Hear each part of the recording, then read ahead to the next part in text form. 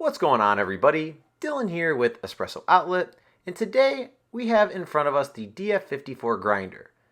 Today we are going to show you how to take it apart and clean. First, we're going to take this dial indicator off, and we're going to do so by the Allen key that came with your grinder. So first we're going to put it in, and we're going to turn this thing counterclockwise.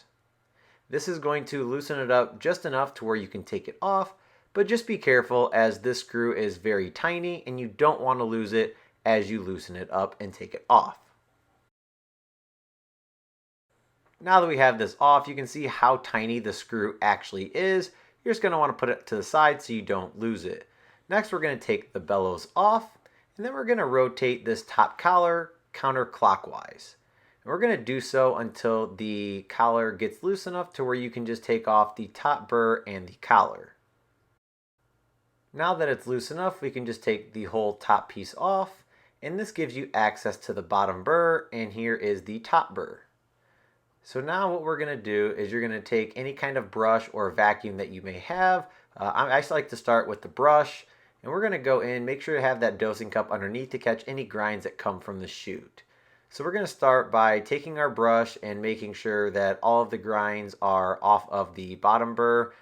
And then once we get it clean enough to where we can take a vacuum, we loosen up all the coffee grinds just enough to where the vacuum will get the rest of it super clean. So here, as you can see, we made quite a bit of a mess with the coffee grinds around the grinder. But as you see, the burr is actually really clean, and this is kind of what you want. So then you're going to come in with your vacuum and clean all of those grinds up, and that bottom burr is looking really clean. Alright, so here is the top burr. So we're going to do the same thing that we just did with the bottom burr. So we're going to get our brush. I would recommend doing it over some kind of garbage can or knock box just to keep your area nice and clean. But we're just going to take the brush and get rid of all those stuck coffee grinds on the top burr. You can actually take this top piece off. This is the anti-popcorn. Just so you can kind of get all those extra grinds that are inside the funnel. You can kind of get all that clean as well.